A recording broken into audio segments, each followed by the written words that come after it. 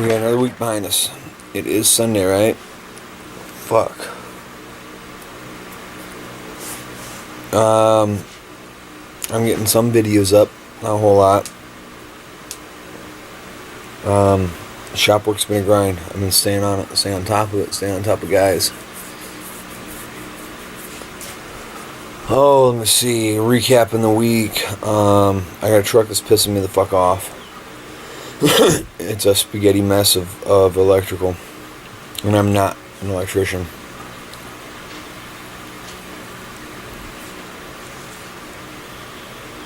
Lordy, Monte Carlo. We just about got it fitted up proper.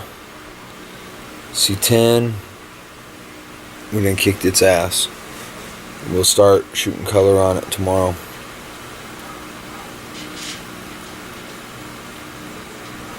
Which incidentally is good because it has to leave. Drop dead date. Cab doors, fenders on Friday. Inner fenders as well. They're new. They need scuffed and shot gloss black. So we'll get on that shit.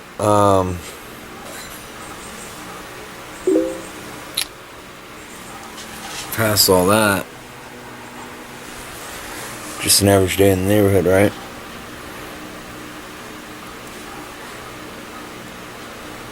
No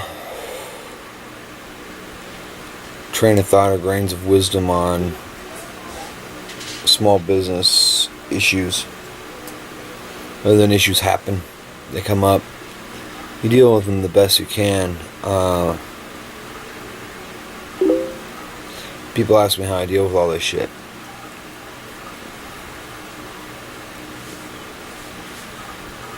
The trick is you don't. You have to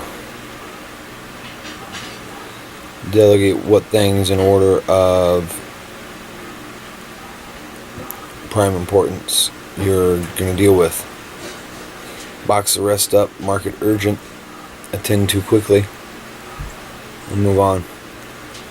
Otherwise you just never sleep, you never eat, you fall apart, and your dreams are smashed. Done it. It's rough.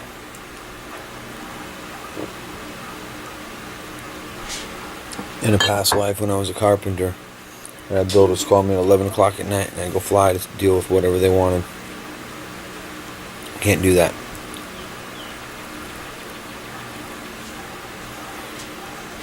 We've pared down what it is we're trying to offer and do specifically right now.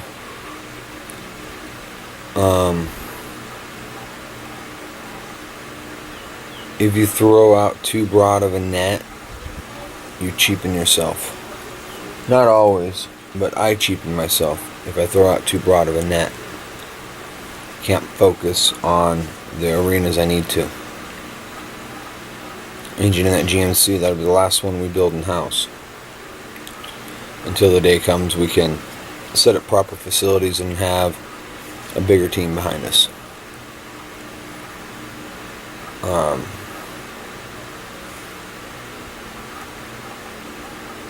No.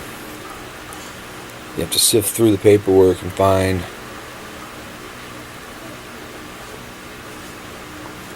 where your specific gains are at and do that. And hopefully it's something that's amicable to your sensitivities.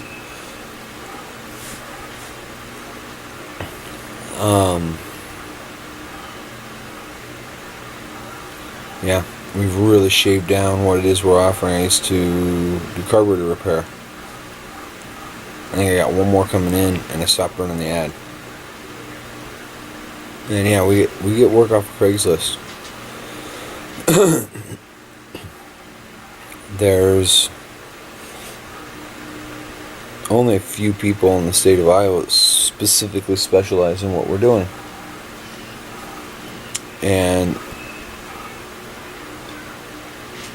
the only one whatsoever I look up to with respect at this point that I've seen as far as actual shop would be McDivitt's Custom Cars up in Parkersburg.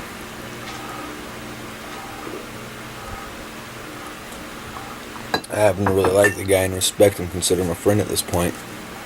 But that's beside the point. I wouldn't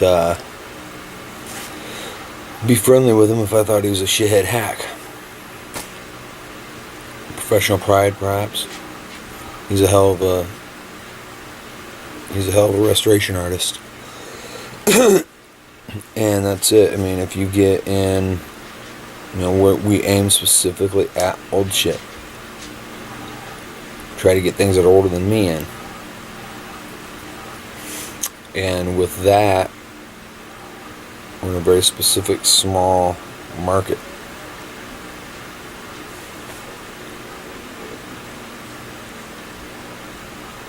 That brings a certain value to the table if you can accomplish the work accordingly. And I don't mean pristine concourse every time. I mean accomplish the work accordingly. My ideal is to discuss the project, get the scope, get the budget and timeline, and give the customer exactly what it is he wants and expects, plus just a little bit more. There are people out there that will, in fact, little guy's not feeling good today.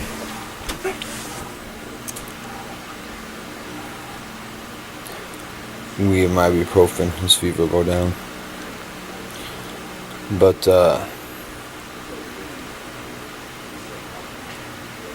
here's the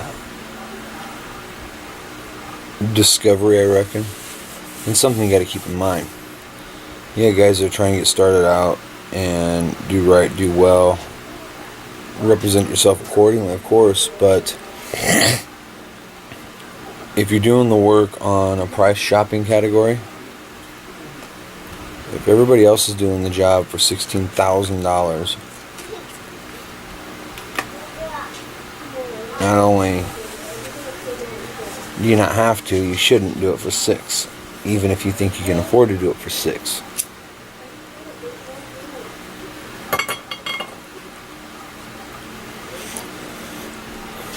You can do it for $15,500. They're still saving $500. You don't have to chop the head off the market, and you'll never get ahead unless it's a ridiculously inflated market. And you'll find most of the time you really dig in and start looking, these markets aren't ridiculously inflated.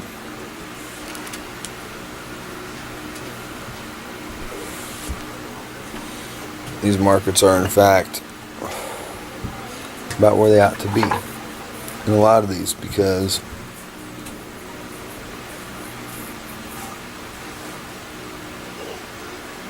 most customers, at least through here through the Midwest, where we have rust very prevalent, most customers aren't going to pay what it really takes. Nut and bolt, tear apart and reassemble something. They don't understand the gravity of the task they're asking. Does that make sense? And in the same thread,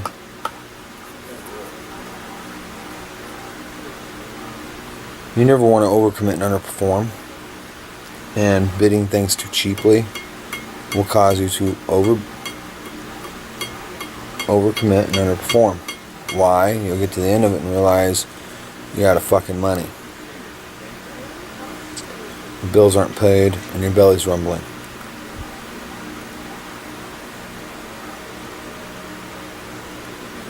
Those of you guys out there that watch, that are in the know and get it, you understand what I'm saying. You are either smarter than me and avoided that issue out the gate, or you had to pay for those trespasses along the way. Our little shop is paying for those trespasses. And guys, you gotta keep on the comments around here. If you're watching for information, keep on the comments too. There's some amazing guys that are brighter than I, giving counsel, that aren't selling anything. Somebody wants to give you advice, the first thing you have to ask is what they're trying to sell you. If they're not selling anything, then by all means, stop and listen.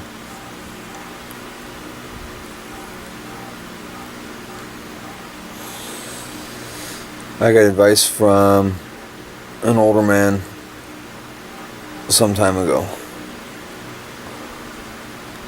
who sat in his office of his company. He's restarting after 10 years, decided to step back in and re-up his company, start over. And I made him privy to some paperwork on a job that we were bringing in, and I listened to what he had to say.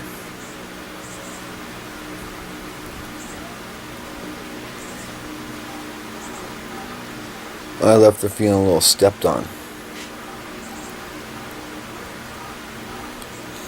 But I didn't dismiss it. I chewed on it.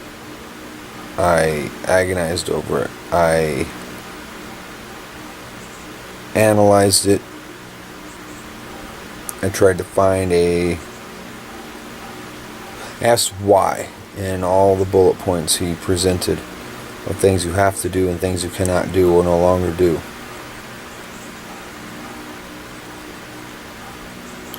I asked myself why. I asked the question why. Why would he say that? Why would he suggest this course of action over that course of action? To what gain? What's the angle? And there wasn't. I lost sleep over that conversation that night. I got up early that morning and I thought about it some more. And we've implemented every single one of his points. Every one. And at that point we thought we kept a pretty tight shop. Came in and I looked around with a fresh lens and it wasn't very tight. It was pretty sloppy. I looked down at my Poets shirts I always wear. First of all, why am I destroying the shirts that I enjoy in the course of work? Second of all, even just a plain t-shirt, it projects a certain professionalism that needs to be understood. It's all about your sense of self-worth, how you project yourself. I guess that's really the chat for today, is your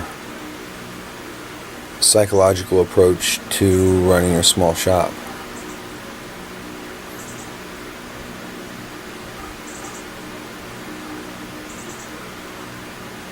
You know, there's millions of people that can make a better hamburger than McDonald's,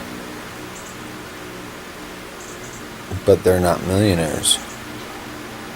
The ones that go out and try and succeed at a restaurant generally are small local gigs that might have 4 or 5 in a chain, or most usually the better hamburger fails, the business fails, they close up and go home.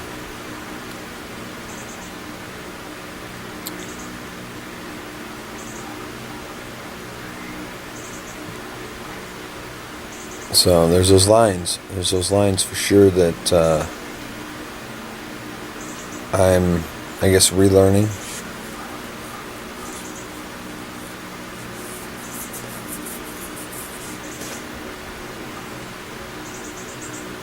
So that makes it interesting at very least to go through and reevaluate everything. Oh, it's been humbling. It's been excruciating. Admitting you're wrong. Get used to it. Get used to admitting you're wrong. If to no one else, to yourself. And evaluating why. Humility definitely has its place. I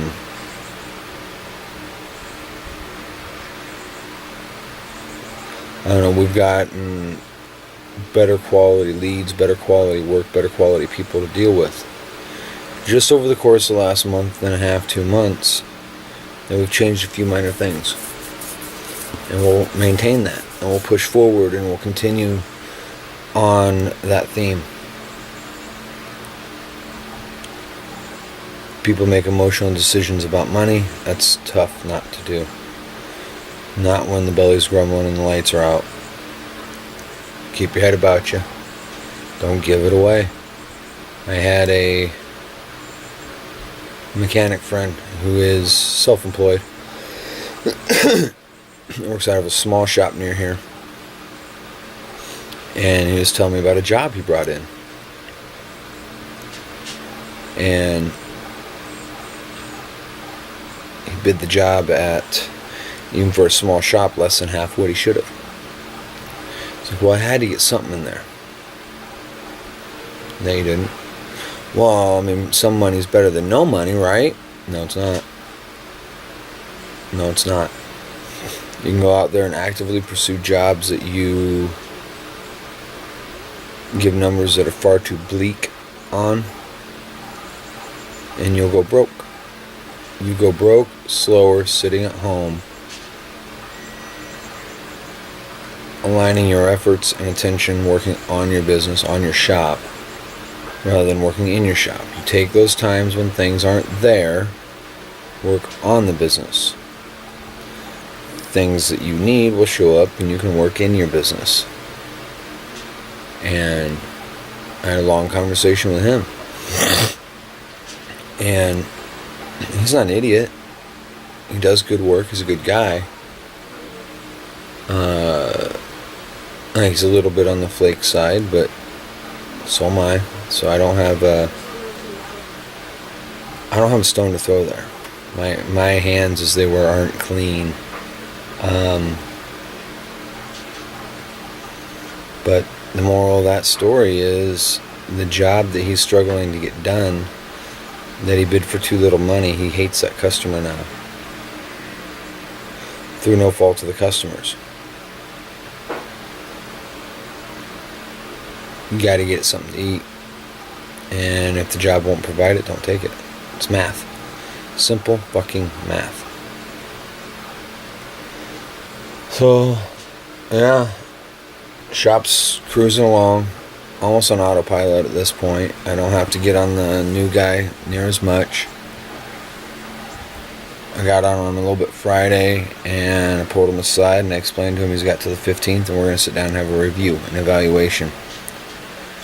Till then, unless he's doing something dangerous, I'm not going to say boo. I'm going to let him continue for the next 2 weeks. Sometimes you just have to. You just have to let things coast. So, we'll see what comes of the 15th. We'll get some projects shoved out, get some new projects shoved in. I got some cool shit coming up to show you. We got the body mounts for the 68 Chevelle. Still waiting for my mechanic to take off with that Mercedes. It needs to go and get mechanically sound, but we're working on that.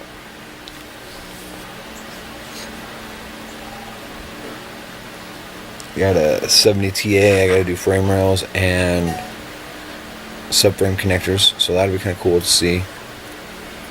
I got footage in the camera. I got footage on the computer.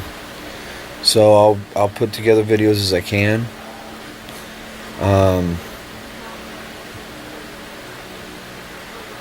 We'll get back at it. You folks have a good day. I do appreciate, like I said, all the good advice, all the free advice, for that matter. People taking the time out of their day to impart their wisdom. Check it out. Chew on it. Think about it. Listen to these folks. Me, I'm just another blue-collar slob making it happen. I don't have any special talents or gifts. I don't have any great intellect. This lesson in futility I am sharing with the world is to simply prove if the why is big enough, the how will take care of itself. I want this more than almost anything else in my life. Being dad comes first. Second comes my shop. That's how it goes. If I can go out there and do this and learn the lessons and make it happen and survive, some of you out there are smarter, faster, and better than me. You go out there and thrive. You could own your market. You have a good one.